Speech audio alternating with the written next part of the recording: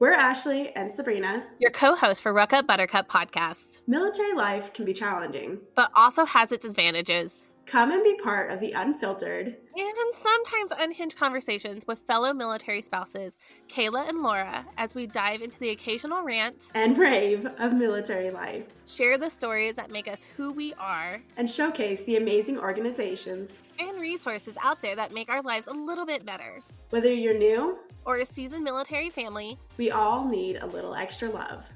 Make sure to catch us on Wreath Across America Radio at 11 p.m. on Wednesdays. We are proud to announce that today's episode is brought to you by our sponsor, Ruth Ann Kramer, the author of You Belong, the guidebook for the career-minded woman on the move. Have you relocated your career due to the military move, or are you seeking a fresh start? Are you feeling stuck in your current situation and struggling to see a path towards achieving your career goals? Are you looking for motivation to keep pushing forward despite the many challenges that you and other women in America face? Many times, women are unable to recognize the multiple paths that are led to the same destination. When one path is blocked, they often feel declined to give up. The book You Belong, the guidebook for the career-minded woman on the move, was written by Ruth Ann Kramer, a woman who has experienced significant professional transitions over the last 2 decades. As a soldier, military spouse, mother, veteran, and mental health professional, Ruth Ann openly shares her experiences of being questioned by others, being overlooked because of her differences, and not always being taken seriously as a woman in the workplace. Her hope is that readers will find a sense of connection in realizing that they are not alone in their struggles, motivation to confront these challenges directly, and confidence in knowing that they belong, regardless of their differences. Finding the link to purchase her book is now in our show notes and on our social media pages. Hey everybody, welcome back to another episode of Ruck Up Buttercup. We have a girl chat with you, and like we posted recently on our social media, not everything is going to be happy and cheery. Military life is hard. Like, that's why we're here, why we're providing all the resources we are, because things happen. Big changes happen, and life is hard. You can still put a silver lining on most situations and learn from them, but there's going to be things also that just suck, right? They just suck. So today we're talking about grief and loss as part of being part of the military community, and just kind of our stories and how we've overcome things that we have. Yeah, and I think it's important to state, and I think we say this all the time too, it is okay to be in your feels for however long you need to be in it. I did the MSAN leadership program this past year, and one of the things that they talked about was when you go into the basement. So like when you start to shut down, you start to have that grief, you start to have, whether it's a crisis mode or because of grief or whatever it may be, what helps you get out of the basement? How quickly you get out of the basement is going to help you kind of move on from that situation.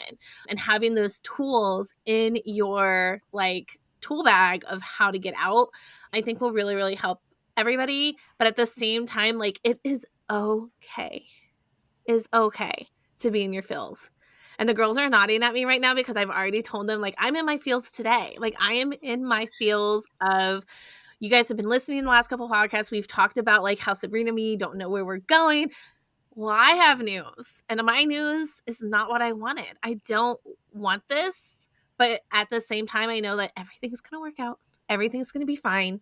We will make it through the next year and it'll be fine. But I'm happy to be in my feels today and be kind of bitter and annoyed and pissed off with the good old U.S. Army because they're taking my husband away for an entire year and he's getting to go live in Poland, in Europe, without me.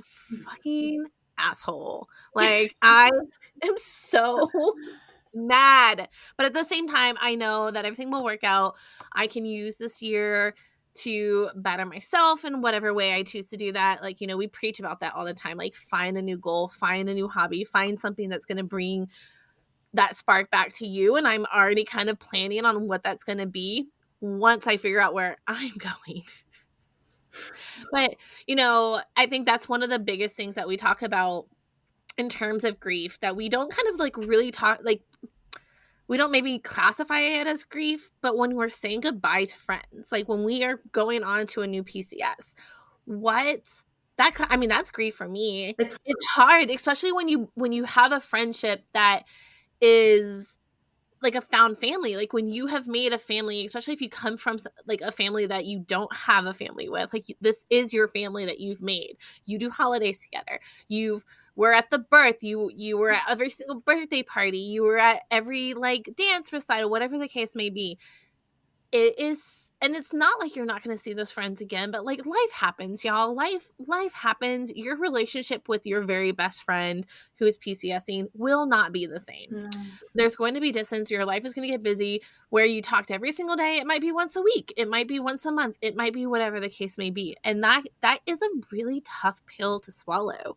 And I think some people, and I'm guilty of this, is where I will typically just kind of like back away from a friendship. Not back away, but like I'm still there. Like I'm still social media presence and stuff like that. But I in my brain don't feel like I have the time or energy to keep that friendship going, especially if the other person's not doing that on top of that. So like it's one of those things where you're going to have to put a lot more extra work into it. Yeah. And I think the loss of a friend, especially like that when you PCS, doesn't always, like the grief doesn't always hit right away. Like I've seen TikTok videos of like them doing celebrations of their friends PCSing and like being really sad at the point. But sometimes you're really excited about your move. Like I know when we moved to Germany, I was so excited. Yeah. Like, yeah, I was leaving these friends that we had lived at Bragg for like 6 years. So really good friendships. And I was like, oh, that's okay though. I gotta go to Germany. Like, who cares? But then it was like in like a few months later when I'm sitting there and I know nobody and I can't go out and do mom's nights out. And I don't know, like, I don't have that connection at all at the new place where I'm like, oh my God, like I am so sad. Like I miss my friends so much. That grief hits, like that grief can hit at any point and it can come and get again and again and again. Like I'll be like, oh, scrolling through Facebook and I'm just like, dang, all my friends are out having dinner right now and I'm stuck here at home with the kids by myself and I don't have that, like, same thing, like I don't have that connection because all my friends are continuing their life back where we were, and then now I'm trying to recreate that, but then sometimes like you don't even want to recreate it because you know you're not going to be at the place long enough to do it, so then you kind of keep that like grief tucked in and kind of just mellow on it, which is not healthy. You do definitely have to find that silver lining that we always talk about, but it'll hit you out of nowhere. My favorite thing to say is I'll be okay, but I'm gonna be dramatic first. Oh yeah, sure. Yeah, and it's okay. It's okay. Like I said, it's okay. It'll be fine. Like it's okay to feel sad. It's okay to cry. It's okay to get mad, yell, whatever helps you get your grief out. Journaling, reading, running, working out, however it may be. That's where like, you know, getting out of the basement like comes into effect. Like what helps you get out of that so you can get on with your life. And I feel like those change. Like, I mean, because we as humans constantly change. We're constantly growing. We're constantly picking up new coping skills. And so, you know, having that kind of like self-reflection of like, okay, well, how am I going to handle this time? Like right now I'm like, I haven't done, like we've done deployments. We've done, like this will be my very first geo batching experience. Like my dad did a geo batching my senior year in high school. That was the very first experience I had with that one, but I kind of treated it as like a deployment type of thing. Also, it's very different as a kid in the South. Like everything. For sure. But this is our first geo batching, and yes, I am jealous. I'm resentful at the moment in time because I'm just like, he gets to go to Europe. And we had a conversation with my in-laws last night, kind of explaining it to my mother-in-law. And I was like, I'm not happy. And like, well, you had your chance. I was like, it doesn't matter. I was a kid. I'm not counting that as my experience of living overseas because, yes, I did live for 5 years overseas and I loved it. But it's a different experience as a kid versus an adult. Like yes, I can go visit. Yes. I mean, yeah, but now, like, you know, we looked at flights. It's $1,000 flight for one person round trip. And I'm just like, okay, it's fine. It's fine. Like, we'll make it work. So, and that's why I was like, well, thankfully we interviewed Family in Flight last episode. So there's a great resource that we can reach out to and see if that can be helpful. But I mean, like, I'm extremely sad that we don't get to do this as a family. Like, I think that's kind of like where a lot of it's coming from. Like, I'm sad that the kids aren't going to get to experience Europe with dad, and that, you know, we're going to be here stateside doing everything that we've been doing, and dad's going to get to go do all these new things.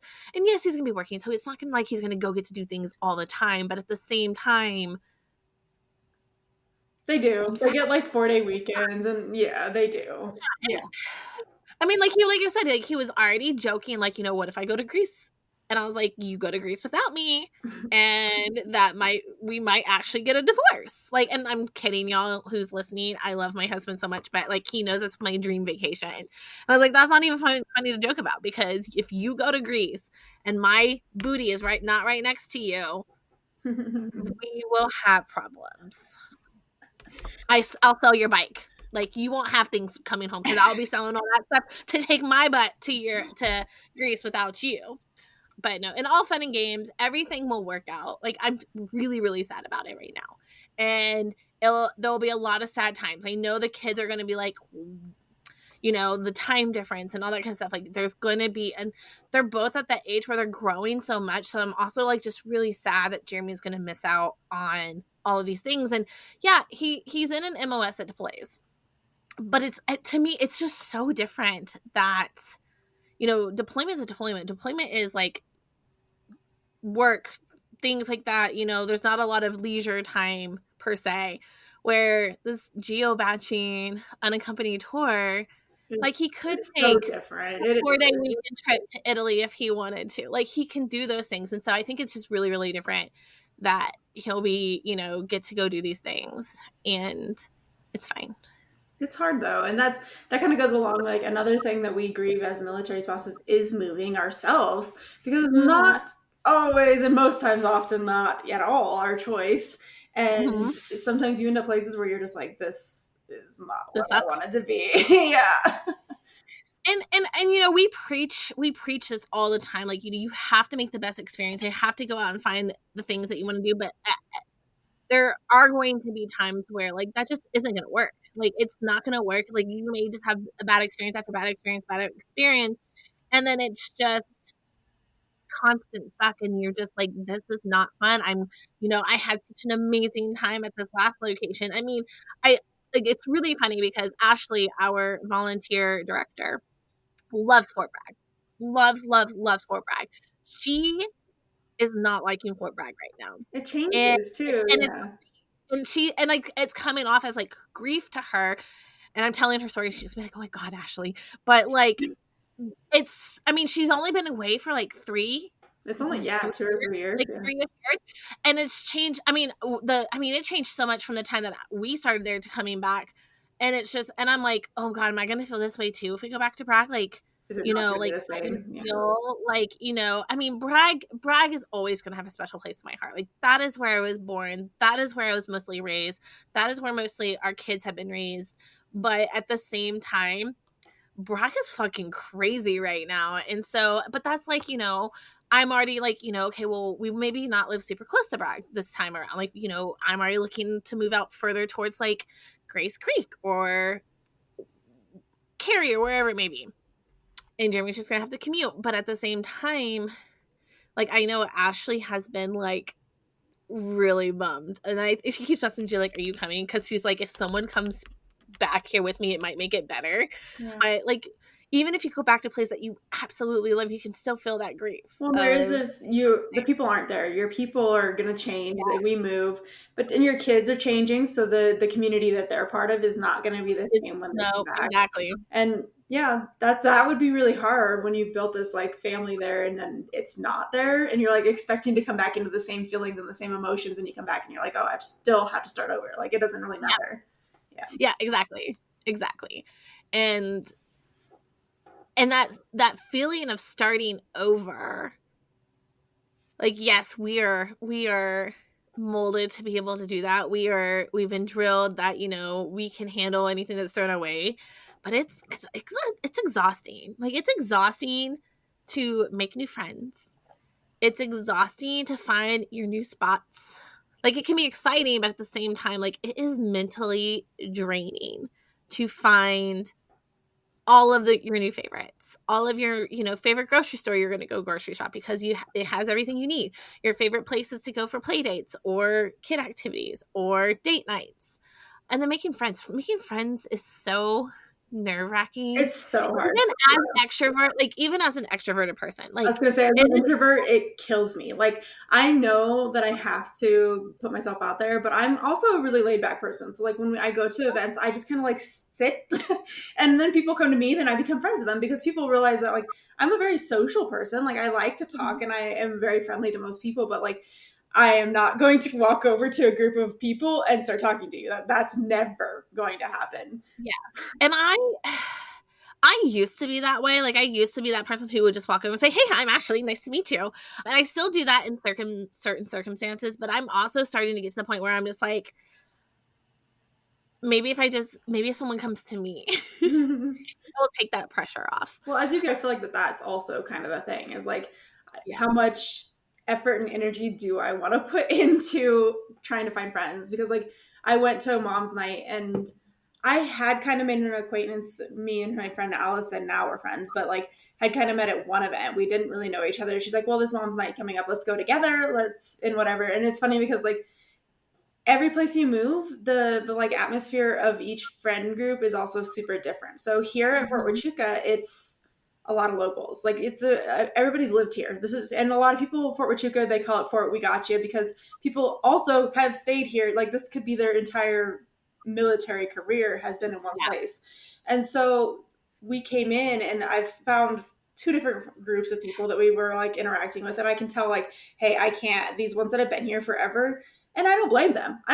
But they're very cliquey. They're friends because they've lived here forever. They have friends. And they're not interested in it's so weird like going into a friend group like that. Like I deal with that here because a lot of the people here grew up here, and I've made some friends like while subbing. Like I've like friended a lot of the teachers and stuff like that. But a lot of them, have been here their entire lives. Like thankfully like two of the friends that I made also were prior, like they both were in the service as well, so like they went out, came back home, but like they grew up here. So like they'll be talking about like did you hear so and so da da da, and I'm like just eating my lunch because I have nothing to add to the conversation because I don't know who this person is or anything like that. It's crazy to look at friendships, and I feel like a lot of our counterparts in like the civilian world don't have to deal with like that, like, oh, I have my friend group, I'm set. Like I have a group of 3 or 4 or 5 friends that I can be like, hey girl, you want to go have coffee? Cool, one of them's going to go with me. Whereas military spouses, we are constantly moving. If we're not working outside of the home, you don't have that social like automatic connection with someone else that you could be like, oh, this is my work friend.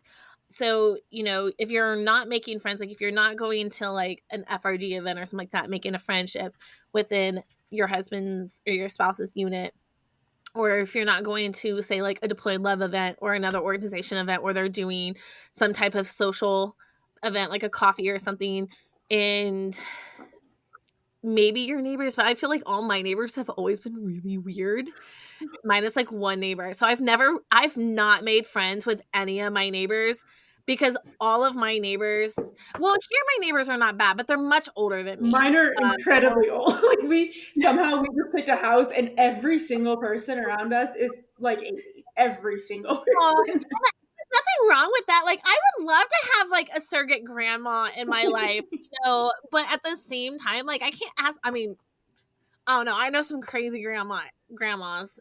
They're all super nice. Like the one across the like catty corner from us is so funny. The other day we were outside because it was nice, so we're trying to keep the kids outside. And she was having an Easter party, and she had a whole rack of hats. So as her friends would come in, they had to put on a hat. And then they came out like an hour later. We were watching them. And so Darren runs over there. He's like, hey, you want a group picture with your hats on? And so he takes their picture. And then they go on a parade around our neighborhood. Just these old people walking with hats. I would have 100% going like, hey, can I join? Because I love that so much. And, and I think that's one of the really cool things about military spouses is we can friend people in every age group. Like, I think so. My good friend here is 10 years younger than me. And I don't know if that's just because like she's like one of my only friends, but at the same time, you know, I've had friends a lot older. I've had a friend, I mean, I've been friends with like, they could be my child if it really came down to like, you could have been my kid. But, and I think that's one thing that like, that either some military spouses are like, oh no, I can't be friends with someone who's that young or that old. Or you have military spouses like us who are just like, age isn't, I mean, yes, age comes with a bit of maturity and things like that. We're in different stages of life. And there are times where I'm just like, I wouldn't want to go like out and party with like a night out with a bunch of 20-year-olds because I'm almost 40 and no, I don't have the energy to do that. But at the same time, I'm not going to like knock that because like I was that. Like I was 20 at one time and I would go out and go to the bar with a group of friends and stay out until 1 a.m., 2 a.m. type of thing. Like that, I've done that. But like at the same time, I'm like, I'm content, you know, 10 o'clock, good, I'm gonna go home now. Like my trip like 2 weeks ago where we were up until like midnight, I was like, I'm so tired. Like, how am I still going? Because it was like 12 o'clock every single night. And then we were getting up at like 5 a.m. to get ready to go get in line for these events. And I'm like, how am I functioning, y'all? Like, I have no clue. I would not have been functioning. I would have quit. I was like, and then what was crazy is like, I didn't even drink a lot of caffeine while I was there because I was just like, go, go, go, go, go. And I was like, how am I like, well, if I can function like this without caffeine, like, why am I drinking so much caffeine when I'm at home? And I think it's just because I literally was just jam packed full of like activities. And like, I just didn't have a moment to be like, I'm exhausted until like the last day. And then I was like, I'm exhausted. And I still have to drive home 4 hours. So yeah, that's how it is when we either like travel for a sports event, if we've saved up to go, or like we go to a Comic-Con that's not local. Like we're planning to go to Houston in August and I'm already tired from thinking about it because I'm like, I already know. You how old we are, y'all. Well, that's still I'm like, I'm gonna need a week to recover. Yeah. Like I've been home for 2 weeks and I still feel like I'm in recovery mode. Now, granted, I did like F my knee up on that trip and thank goodness it's actually feeling so much better. But I'm just like the last 2 days, I'm like, okay, like we have to get back in a routine. Like we can't be like on level 20. Like we have to get back up and be productive and like get things done. But I was like, but that's like the first trip or like any trip, like what you were saying, like just thinking about PCSing is so exhausting. I know that's what I was going to say. I'm just like, oh God, I have so much to do. Because your cousin is graduating. He's like one of your last cousins that are graduating high school. Can you come to Houston for his graduation? And I get it because there's not a lot of our family. And I was like, dude, that is even from here is like a 3-day drive. I was like, and you want me to do that with just me and my kids? And then turn around and 3-day drive back. I was like, there's no way. There's no way. Like, I am so sorry, but I am so tired already just thinking about the concept of driving that far that it's no. Well, and that's a great point you just made because, like, that also, like, I will feel so sad about times where I'm like, I can't do that. Like, I can't afford it. I don't have the time to take off or anything like that. Of missing out on those family events. Like, I was, you know, my sister... Like, you know, I went to her graduation. I made her to her graduation. I didn't make it to my Brooks graduation because I just PCS to Alaska. But then I was like, well, come see me. And they came up there for their, like, senior trip for that summer before they went to college. But my Reagan just graduated from nursing school. And now, granted, I didn't learn about her graduation date until probably like a week and a half before it happened. And it happened to be a Thursday. And I was just, and Jeremy was gone in the field. And I was just like, I can't. Like, there's just no way that, you know, we already have a trip planned this weekend to Charlotte. It was my niece's second birthday. I had already said we were going to that. I just don't think I can manage driving all the way to Knoxville and then driving to Charlotte. And like, that wouldn't have been a big deal if the road wasn't washed away. Like, I would have been like, oh yeah, that's easy. But then I would have had to take like the really long way. And I was just like, I just can't do that in 2-day time span by myself. And she's like, thankfully, like my younger sister is really, really like, you know, like, it's okay. But like, missing out on family holidays. Like my mom's side of the family, my grandmother used to do all of the holidays. And, my uncles still do Thanksgiving. So like Thanksgiving is usually typically when that whole entire family gets together. But like we make it once every 3 years, maybe. Yeah, I feel like that we've And missed so many things. And I mean, a lot of it is granted, we have had a lot of overseas tours. Like we've been overseas at least 50% of the time that we've been part of the military. And so that it sucks because we literally just can't afford to come back. And neither can mhm. my family. Like they can't afford to fly our whole family back either for situations. So I've missed It's the funeral of one of my expensive. grandparents. I've missed my sister's wedding. I've missed my brother graduating high school. Like there's just these things where it's like it fucking sucks. Yeah. But it is what it is. And like even just like a couple weeks ago, my grandma fell and she was in the hospital. My mom needed help. And we only have one car. Like, yeah, we have this flexibility of homeschooling, but like I can't take the car and then just Dustin walks to work 6 miles Yeah. every day. Like that's not possible. And Well, we and get like, stuck in that situation so often, and I feel so bad. and you feel bad, and then like, and then on top of that, like you're feeling bad because you're missing all these events, but you can also feel like, I think we've talked about this in the past too, where it's okay to feel sad when people don't come see you, because I know that I'm like, why, like, you just went on a family vacation, like why not include us on that family vacation, or come see us? Like, I mean, we've been stationed in Alaska, we've been stationed in Texas, North Carolina as a family, Virginia as a family, but like, just Cool growing up places, yeah. overseas and stuff like that, like, if you're already planning to do a vacation, why not plan to come? I mean, because I mean, and that might not be everybody's cup of tea, but I love having guests. I love when people come to visit and be like, so that's why I'm always like, my door is always open, y'all. Like any of our friends that are listening, like if you are driving through and you need a place to stay, I got your back, because one, I get to see your face. Like, Mm-hmm. and I think that's so important, that I get to spend, even if it's like 2 hours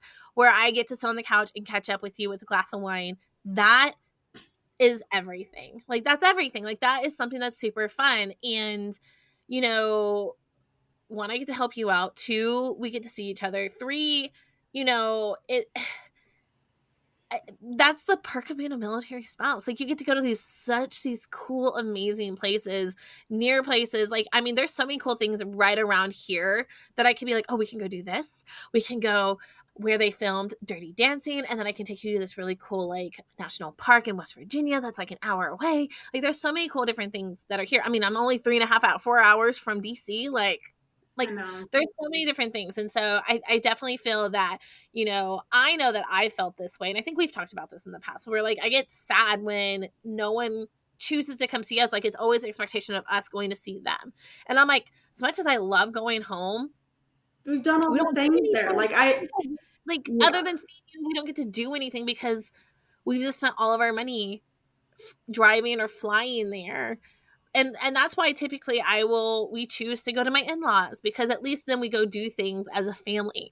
Like, we'll go out, we'll go to the parks, we'll go do all these different things as a family, and not just sit at a house and do nothing. Yeah, and that's what all my family is in Colorado, but I grew up there. Like we lived there. So visiting you isn't really that exciting because I've done it. I've done everything. It feels like in my life there. It's like I love seeing you, and it sucks that that's our home base because they expect us to come visit. Yeah. Where and then it's like my mom, she was talking to me on Easter, and it was like she's like, yeah, well, it's really hard. I don't know if I'll be able to make it down there, and then da da da. But then in the same conversation, it's like, well, and I'm gonna go see Shane, and we're going to Iceland and Scotland and Ireland. And And then it's it's like, like, what and I the extended it hell? because I extended it to 2 weeks. I was like, so you could get 2 fucking weeks to go see Shane, but you couldn't bother. We are only 12 hours away to come see me for even the Yeah. weekend of Easter when you had my aunt there to And help. Like, yes. And it's so okay to be angry and upset about that, because you should be, number one. Like, exactly, like, you'll go and travel. Like, my sister, I feel bad for my sister, because we actually had this conversation not that long ago, because my mom came up and visited me when I was in Alaska, and this was right before my sister moved up there, and my mom didn't go back to visit her afterwards. Like, she didn't go visit Brittany while she was stationed in Alaska. So I don't know if that was one of the reasons, is like her and her relationship wasn't that great during that time frame. But two, I was at the same time, like my mom already went to Alaska. So she was like, I don't need to go again. Right. But, you know, like we actually had that conversation because like, you know, that's the only time that someone came to visit me other than like my in-laws. My in-laws are great. My in-laws will come to us. Like we switch off. They'll come to us one year, we go to them one year. And I love that. And I'm so fortunate to have great in-laws that will do those type of things. And, you know, if we move overseas, I know that they'd come overseas. You know, they've come to Texas, they've come to Alaska, they've come to Virginia. Like they've come to everywhere we station at, but they're the only ones. Yeah, that's my older sister. So my little sister, she comes and visits me all the time, right? Like we see each other at least 3 times a year, at least, almost everywhere we've lived. That's just kind of our thing. Where she's literally my best friend. We were less than a year apart. Like we are best friends. But then my older sister, she's like, well, you don't even come stay at my house anymore when you come to Colorado. I'm like, because you have never visited me since I was 19 years old. You came to Hawaii because you wanted a vacation, and it wasn't a good time for anybody involved because we had to do what you wanted to do. And since then, you have never visited me. I'm like, so why every time we come back to Colorado should I stay at your house and spend my whole week with you if you don't give a shit? Like, you don't come to me. You never come see us. And like now she's like, oh yeah, well, our Colorado road trip for the summer got ruined. So I think we're going to go to Montana again. They went last year. I was like, why not come to Arizona? Like, why? That's the same distance. Like, I don't understand that. And that's like where it's hard for me, like for me to wrap my brain around too, because I'm like, my family usually, my dad and my stepmom and my stepsisters or my half sisters usually will go on like a family trip once a year. I've yet to be invited, and I'm an adult. I can pay my own way. That sucks. But I'm just kind of like, why? I mean, like, and then I'm like, and we have and kids. Like, my thing is more along the lines of like, you're choosing not to get to know either your grandkids, your cousins, whatever the case may be. And I can't say anything like this. I used to be really good about going home and visiting, but I have like I'm doing what I want to do. Like, I'm doing what I want to do. Like, if I want to go home and visit, I'm going home to visit. But at the same time, I'm not using every single break that we have to visit family. Like, I made that choice probably 3 years ago. I think it was probably COVID. Wait, so about 4, right after COVID. Wait, 5 years? Yeah. I am using this vacation time to do things that we want to do. And anyone's more than welcome to join us. Like, I'm like, hey, we're going to Disney. You want to come? Cool. Nope. Cool. Hey, we're going to the beach. You want to come? Cool. Nope. Cool. Like, whatever the case may be. And so I think it's one of those things where like, you just have to do what's best for your family and you, because, and you can feel sad about it, like, but at the same time, like, if you put so much energy into feeling sad about like, why won't they come visit me, that's all you're going to think about. And I mean, it took me 34 years to understand that and to get behind, like, get over that grief, especially with like my dad. I always was just like, he doesn't want to spend time with me. He doesn't want to get to know me. He doesn't want to get to know my kids. And I've had a lot of conversations with my sister about that. And, and I've never lived with my bio dad. I've only visited during holidays and summers, things like that. But I've never lived with my bio dad before. And me and my twin sister did live with my bio dad for most of her high school. And we had a conversation recently about it because I was just like, I went through a really depressive like time period about like, like, why doesn't he want to be a part of my life? Like, he doesn't reach out only on holidays and things like that. And it kind of came down to a couple of different things. But, he's had conversations with her about like, he, wants to be more involved, but he also wants to respect that we're adults. And I'm like, like, I will be all up in my kids' business being like, hey, are you coming home for Christmas? Hey, we're going out. Like, we want to do a family vacation. Like, we're going to, like, let's plan this. Like, what dates are good for you? And I think that it kind of just comes down to generational things too. Like, I think some of our counterparts that are much younger probably aren't going to feel the same way that we feel about certain things. Our counterparts who are a little bit older are going to feel different too. So I feel like it's definitely something that you have to take time to reflect on and determine if that is something you're going to grieve and how you're going to get out of the basement for that. Or if that is something you're like, I don't even fucking care. Like, that I don't care. Like, if they want to be a part of my life, then they'll be a part of my life. I'm not going to keep, trying to keep that connection going. And that is something that takes a lot of people a long time to learn. And then there's just some people who are just like, that's just how I've always been. And I'm like, kudos to you. But, you know, you have to kind of pick and choose on what you're going to make that's going to take up your time for the duration of whatever it is that you're thinking about. I was having a conversation with one of my friends the other day, and they were like, how are you not like more bothered by, because my mom has pretty severe dementia at this point now. Like most of the days she doesn't remember that I was even adopted. She sometimes remembers that my brother was adopted, but me, my kid, in her memory, we don't exist anymore. And people were like, well, how does that not just tear you up? And I'm like, maybe it's because I'm adopted, or we just weren't that close anyway. But like, I'm like, it is what it is. Like when it comes to things like that too, you know, my grandfather had dementia, and, you know, you go through that stage of grief, like, oh man, this really sucks. Like, they don't remember who I am, or, you know, they thought I was my mom. You know, the different cases. And I think my biggest grief with that is just not being able to be there. But then at the same time, like, having that like separation for me was kind of what helped me get through that grief faster, because I didn't physically see it. But I know that my sister is traumatized by it. Like, she was there every single day. You know, she was helping with, you know, medical stuff because she was an RN or a CNA. And so, you know, my experience with it is very different from my sister's. And, you know, and I think that's important to say, like, everybody's experience and how they handle grief and what causes grief is going to be so different. You know, something that you're like, that's stupid. Why are you sad about that? Like, first off, stay in your lane, because we all have our right to feel what we want to feel and how it affects us, because it's going to affect us differently. Something that affects me and how I'm going to feel sad about it, Sabrina might be like, that's so stupid, Ashley. Like, why are you sad about that? And that's okay, because we're all individual people and we're all different, and we all have different stages of life we're going through. We all have different, you know, morals and beliefs and things like that. So just because something makes one person sad and doesn't make another person sad, first off, just stay in your lanes.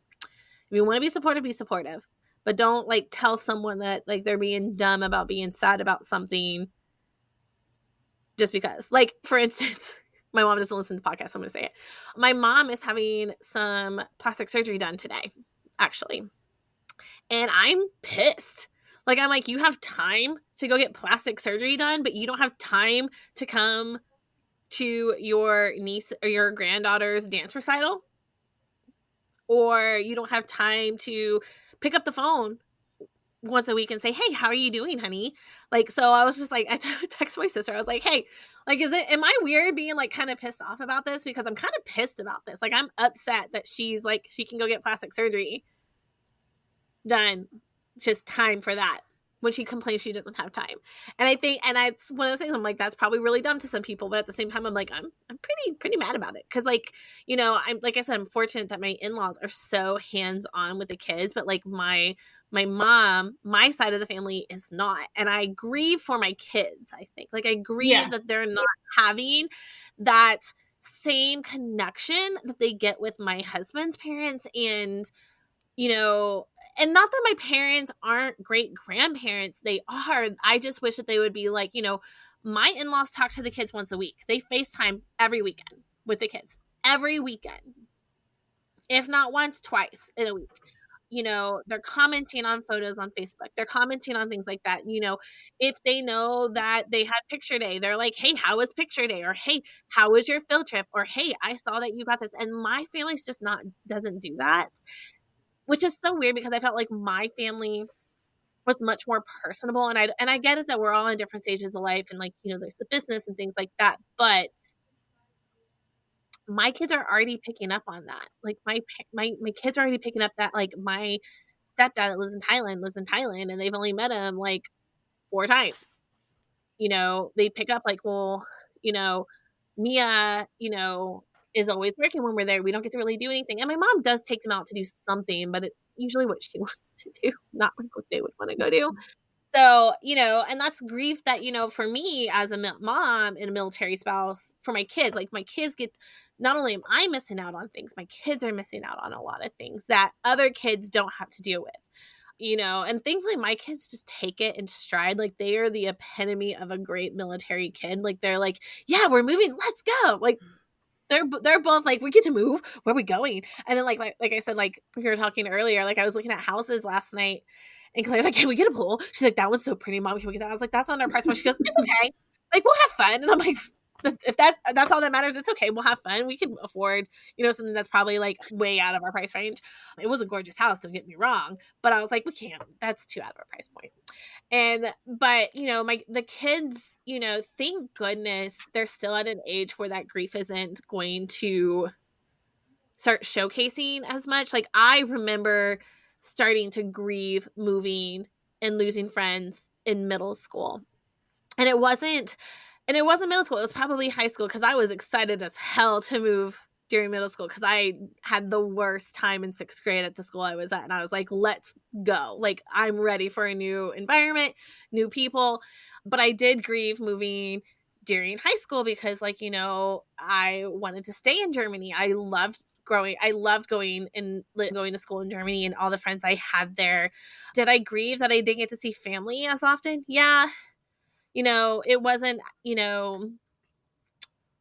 all the fun. Like I didn't get to see my sisters as often and things like that. But at the same time, like I was more focused on like what made me feel better at that time point. And so like I was like my friends, there's a big age gap between my younger sisters and me. So like I was like, I'm not even like, it's not like I'd be more like babysitting like at that age group. And so like I did love going home to visit, but like I was fine with like that 2 weeks and then I was good to go. Do I grieve that we don't have a better relationship? Absolutely. I get so jealous that my younger sisters have this fantastic relationship together. Like they're best friends. They do everything together, even though they have a big age group between them. And I'm just kind of like, yeah, I'm just there's like, it's almost like I kind of talk to myself about like, I'm just like a distant cousin. Like I'm like by blood, I'm their half sister and I'm like, I am their sister, but like, that's not how I feel. I feel like I'm kind of just like, they have to put on a show when I'm there to make sure that I, feel loved. And it's not that that's probably the case. Like, I don't think that's the case, but I feel like it's definitely one of those things where I'm just like, I do wish I had a better relationship with my sisters. And that's part of my fault. Like, and again, like in a stage of life where I'm a mom and my youngest sister just graduated college. So, and I'm almost 40. So like there is that age group of, how to navigate that. And I just haven't learned how to navigate that because I've never really been forced to do that because I've always just lived states and thousands of miles away ever since she was a baby. So that grief is always there. And I feel like a lot of spouses have that, like, missing out on siblings, high schools and graduations and things like that. And then, we're talking about grief, the grief of losing somebody, like in the military world, like, I'm sure all of us here have dealt with our service member losing somebody during a deployment, losing someone that we've known during a deployment. And it's really, it's such an odd thing to have to cope through. It is. I feel like that was one of my first like military traumas, was someone that we knew directly from our military unit or whatever that we were friends with having passed while he was in Iraq. And they came back, like they were still deployed, but the body came back and everything. And we did this ceremony on base. And I remember going with my friends to it and like the 21 gun salute, like all of that is just, it's so like so surreal, especially when my husband was still deployed. Like this is so reality of like, hey, this really can happen. Like you don't think it can. I mean, you do, that that's a possibility, obviously, especially back in the early 2000s that like, when you haven't heard from your husband in 2 weeks, like what the fuck is happening kind of situation. But it was so heartbreaking to just like, oh wow, like his boots are there and like that person is just gone. Yeah. And like, and I don't know if we've ever talked about this, but like the grief of like, or the grief of like knowing that like someone that you knew, you appreciated, you loved, whatever the case may be, is gone, but then also just being extremely thankful that it wasn't your service member and grieving for the other family. It's such a like, I don't even know how to put it into words. Like, it's one of those things where you can't really put it into words, because it's a different situation, and if you've been through it multiple times, like you don't, like, it's a different feeling every single time. You're grieving for your spouse's loss, but you're grieving for the loss of the community. You're also grieving for the loss of feeling, I mean, that you're so thankful that it wasn't your soldier. So there's just grief after grief after grief. Like, there's all these like feelings coming in, and once again, it's okay to have those feelings, but how do you handle those situations? And you're right, it was really different in like the mid to like late 2000s. Like, we, other than like the Afghanistan evacuations that happened a couple years ago, that there hasn't been this high war like experience that a lot of our spouses have dealt with yet. And so I pray that they don't have to go through this, because it is such a surreal experience. Like, even as a military kid, like knowing people that worked with my dad who are no longer with us, and knowing kids. I mean, my sister-in-law's, one of her very dear friends, one of her best friends, her dad died in, I believe it was Iraq as well. And just knowing that, like, feeling like I had to like watch what I was saying around her, because I didn't want her to feel sad that her dad wasn't here. And so like, when you're in that community, it's kind of that grief of, when you're talking to a Gold Star spouse or a Gold Star family. And it can get weird, and like, and I know those families don't want it to get weird, and there are some spouses who are very, very open about their grief and their experience being a Gold Star spouse. And if you are a person who is going through that, I highly suggest that you reach out to those individuals. Laura. That's why we have Laura on the show, is because it's an experience that exactly. Laura, there are several people that I know who are always willing to talk to people who are going through that grief, whether it is whatever the case, however the case, that soldier is no longer with us. There are so many things, and Laura, you can probably add into like what that is like with it.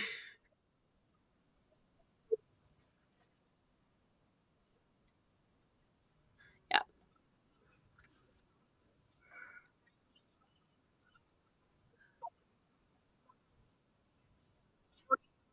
Yeah.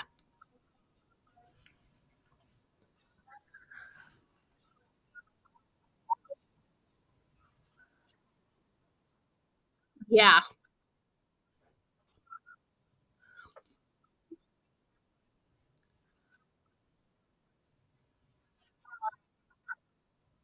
Just didn't know how to talk to you. Yeah. Well, yeah, and I think that is important to say, is that it's something that happened to you, and there will be a time where you probably are going to be really emotional things and things like that, but that is when traumas happen, that is when you can learn. And it's the unfortunate part of a trauma, is who your true friends are, who is going to be there to support you, and who is going to be like, yeah, no, I don't want to deal with that. And that's when, I mean, one, that's another heartbreak, that's another grief that person has to deal with, because not only are they grieving the loss of somebody, they're also grieving the loss of a friendship, because that person ghosted or just kind of slowly stepped out of the picture. And first off, that's just, I mean, I get it. Everyone handles trauma differently. And once again, like, everyone handles it differently. And some people do the freeze thing where they kind of have to, they step out of the picture. They don't know how to handle that. But there are so many resources out there that if you're just like, I don't know how to support my friend in a way that you can learn how to support your friend in a time like that. And it's okay to be honest too. Like, if I had a friend that came up to me and just was like, hey, I don't know how to help you in this grief. I don't think I'm going to help you recover in a timely manner. I'm here for you with whatever you need me to be. But I don't think, I think I'm just going to make it worse. Like, and that's a hard conversation to have. And that might not be a conversation that you feel you can have, but it's also, I feel like if someone came up to me and said, I don't know how you feel in this way, and I feel like I'm just going to say things that's going to make you upset. And so I think I'm going to take myself out of the picture, and I can help you in this way, this way, and this way, but I don't think I can be a listening ear because I don't think you're going to get what you need from me. And I think that's okay. And Laura can be like, that's stupid, Ashley. That's not okay. I need someone who's going to sit here.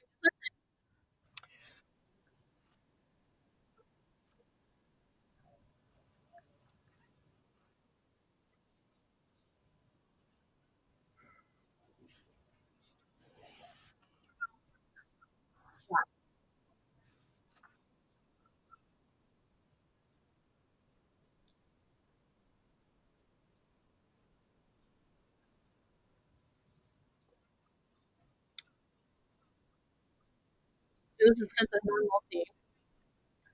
Yeah.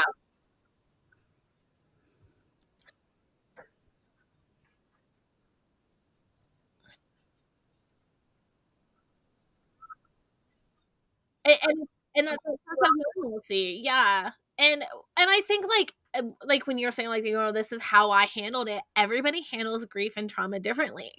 Like you, and like for you, like for anyone who's listening, just be like, I could not do that. Well, first off, you won't know what you can do. Like you can't just not until it happens to you.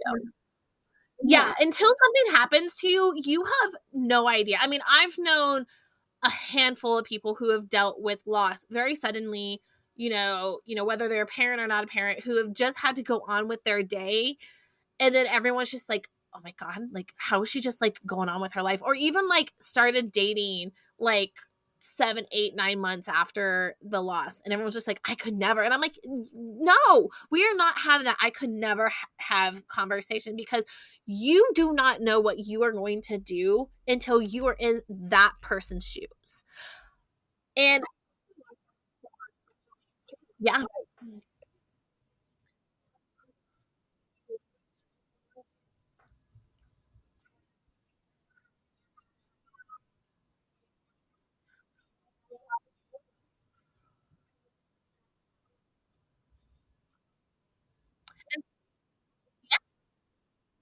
Yeah, that's such a good point that you make, Laura, because even like simple diagnosis like ADHD and stuff like that, like having to have that conversation of why he's doing this and like why you have to have extra patience or anything like that. But like, having friends leave, like that's grief. Like, ugh, like I can't believe my friend is gonna leave me just because my kid acts a certain way.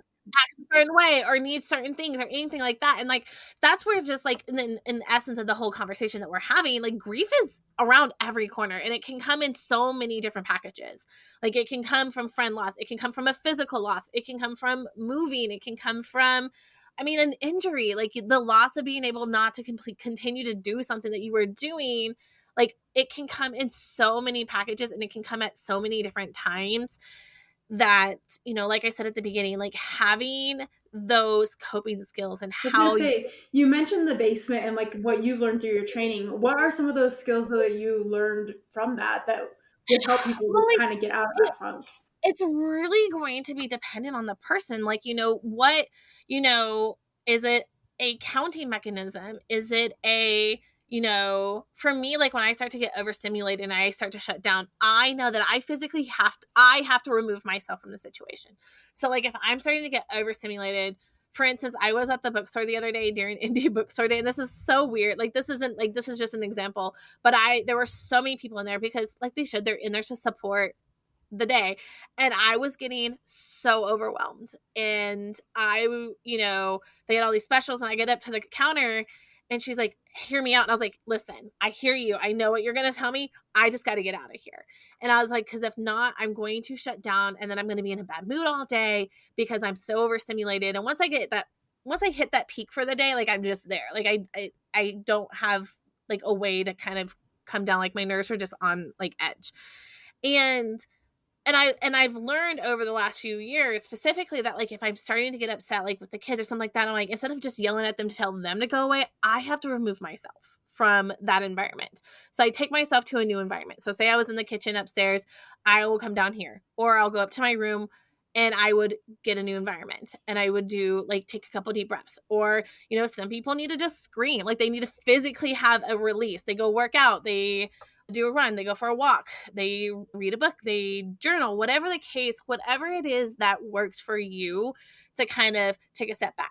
Now, in major crisis mode, like, you know, for me, I'm a list maker.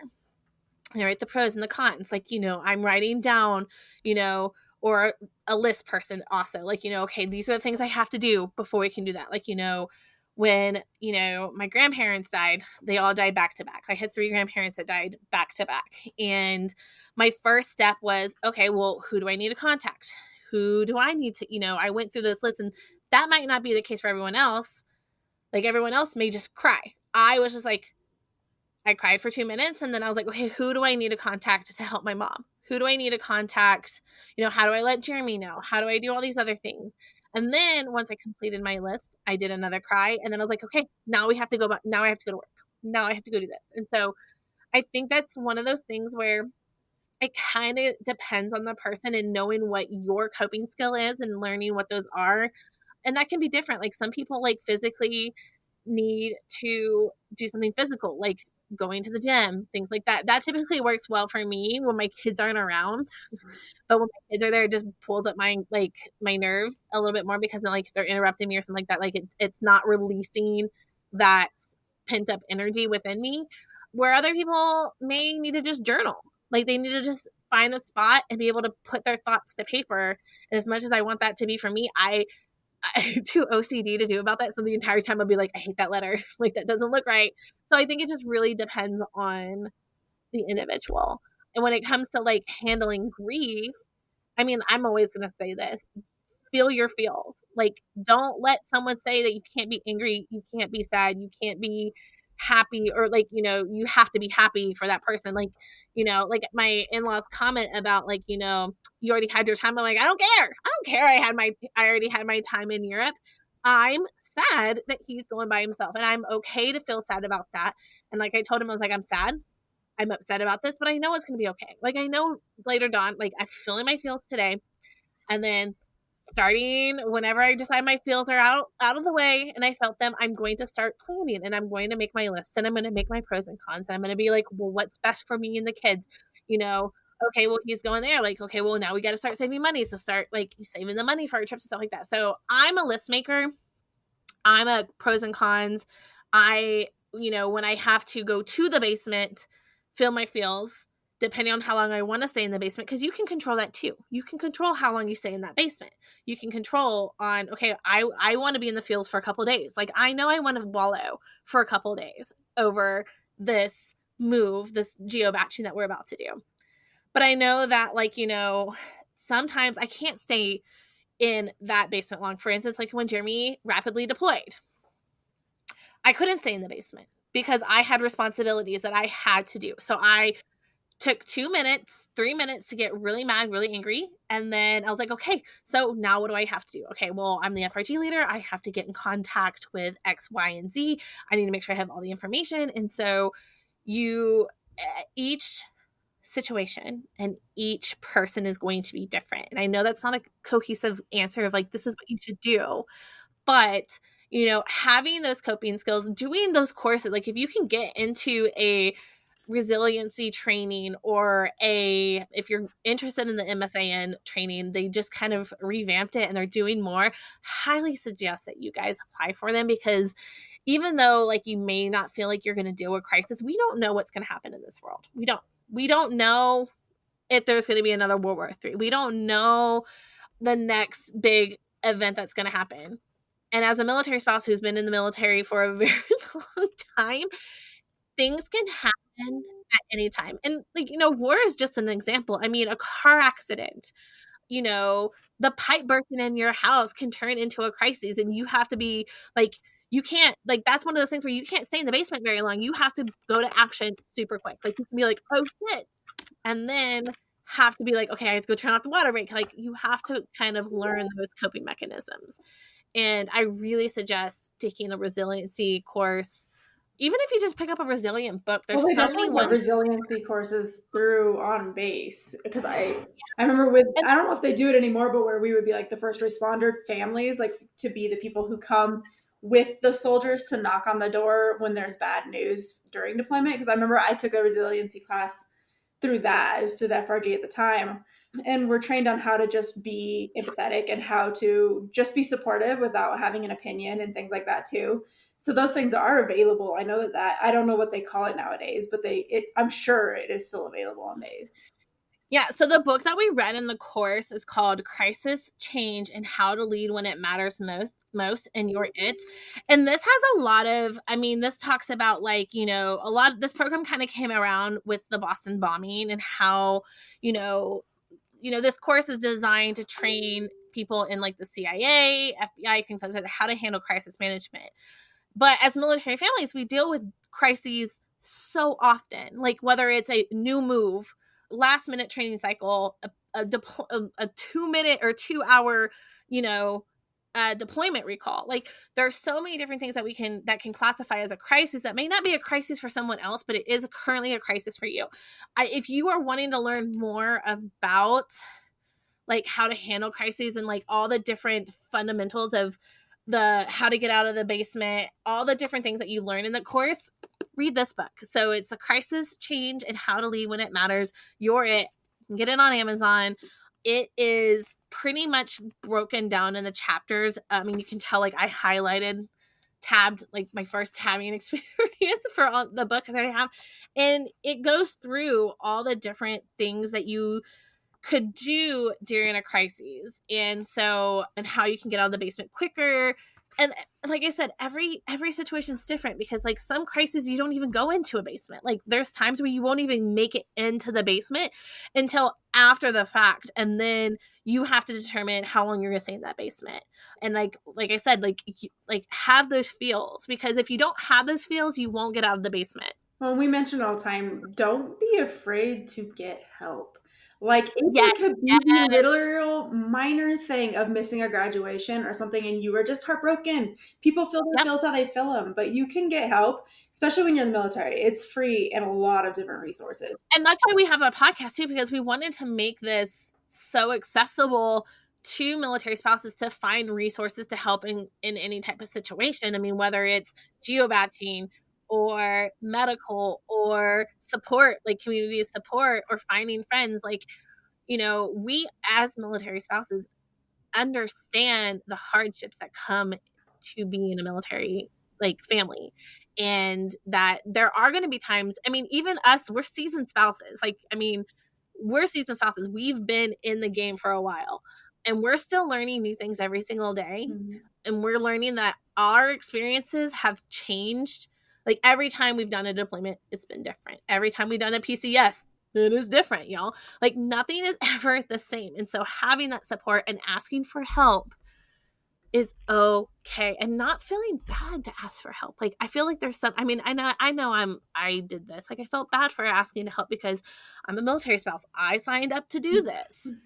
I should do it on my own because I'm a military spouse. Please, because we're not going to be successful. We're not going to be the best versions of ourselves if we do everything by ourselves. And so don't, especially if you're a new spouse who's listening, like build that tribe, build that community, build that pocket full of resources, whether you are printing it out and putting it in a binder or you are saving it on TikTok or Instagram or whatever the case may be, however works best for you.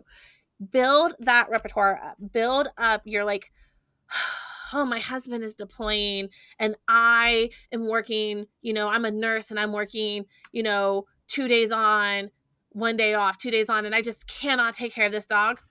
There's resources out there to help you. I'm a mom, my husband's gone. I need help with childcare. There's resources for you. We're a young family. We don't have enough money to put food in our pantries. There are resources for you. We are here to help you find those resources. Don't get stuck into a point where you are then now grieving because you can't afford to put food on the table, or you're losing friends because you can't go out and do things with them because you are paying $400 for a vet. bill or something. There are things out there to help our families. And so let us help you. Let us be your connection. Let us be your found family, because that's why we're here. That's why Deployed Love's here. That's why the podcast is here. That's why I'm here. That's why Sabrina's here. That is what our goal. That's why we've been doing this for 5 seasons. This is why we've been doing Deployed Love for so long. Mhm. And so we want to just make sure everyone's supported and that you have someone to lean on through grief, whether it's as silly as losing a friend, if you think it's silly and you're like, that's fine. Like, if you think that's silly, or if you think it's a serious thing and you're like actually truly grieving that experience, we're here. Yeah. So make sure you look at the resources, look at the show notes, because we always have tons of things included in there, and find the help you need, find the resource you need, because I know personally some of these ones that we've done, I'm like, man, that would have saved me so much heartache if I would have known about this when it was happening. So it does exist. The things exist. If you don't know what it is, send us an email. We respond to emails every day. So like, just send us an email and be like, hey, I don't know how to get past this part of my life. What do you know? And we'll be like, okay, here's this resource. This will help. If it doesn't help, here's the person who runs that resource, and they will know someone who can. Yeah, exactly. We have lots of connections. So like, we would love to be able to just give those people to you, because they want to help just as much as we do. And that's the military community, y'all. Like, the military community, deep down in its roots, wants to support each other. Like, I say this all the time. Don't let those bad apple experiences stir you away from other spouses, other people in the community, because there are people out there who genuinely want to, make sure you have the best time on your military journey. We know that it's not the same for everyone. We know some people are only on it for 3 years. We know some people maybe just do 10. There are people who do 20 and 30. Every journey is different. And so that is, our hope and our everything that we do here at Ruck Up and at Deployed Love is to make sure that we can support you guys in whatever way we can. And we know that we can't support you in every way. So that's why we interview all these amazing resources, because there are people out there who went through the same experience as you. And that's pretty much how almost all of these nonprofits are starting, is that they experience it themselves. And they're like, there was no help. And I want to make sure that this doesn't happen to another person. So the military community is an amazing community to be a part of. They are supportive most of the time, just like in any other community. There are bad apples. So look past the rot and find the genuine golden apples in the bunch, and reach out to them. Even like I said, like we've said this in the past, just follow them. Add me as a friend on Facebook. Follow me on Instagram. I have a book Instagram and a regular Instagram. Follow us over on TikTok. Join our Hearts Connect group. Follow the Facebook pages of Ruck Up and Deployed Love. At any time, you can email any of those accounts, and myself or Sabrina will get back to you guys. Yeah. So thank you guys for listening. I hope that this helps in some situation that definitely is going to happen to you. Like, there's going to be something that we've talked about today that you will go through. And we will see you guys next. We have some really cool guests. I know me and Ashley are excited for us coming up. Yeah. We have some awesome guests coming up. So you guys just stick around, and we will be back. And as we like to say, Ruck Up Buttercup. Bye, everybody.